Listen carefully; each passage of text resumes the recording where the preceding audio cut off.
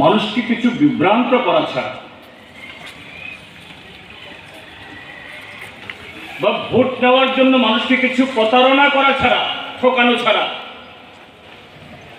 এর আগে ত্রিপুরার যে কমিউনিস্ট পার্টি বা বামপন্থীরা বাদে এ রাজ্যে কেউ করে নাই। তো সেই 1945-এ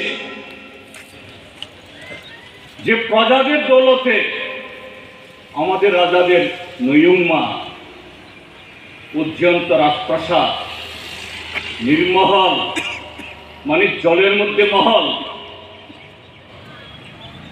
এগুলো তৈরি হইবার আজকে 100-150 বছর বাদেও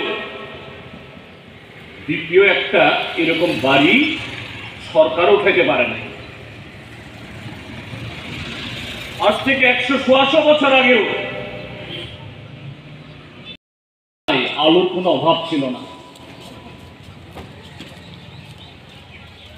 সেরকম যারা শাসকরা তারা কিন্তু এই রাজ্যের যে প্রজাদের ঘামে রক্তে, প্রজাদের ভালোবাসা, প্রজাদের ভক্তি, তার সুবাদে এই রাজত্ব সেই প্রজাদের জন্য কিচ্ছু করে নাই। সেই কারণে মাত্র 11 জন যুবক, তৎকালীন সময়েতে লেখাপড়া যুবক, জানা যুবক তো নাই,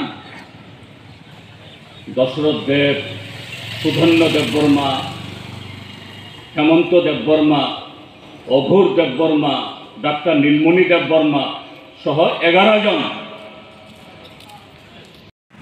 ধন্যবাদ কমরেড, সকলে বসুন।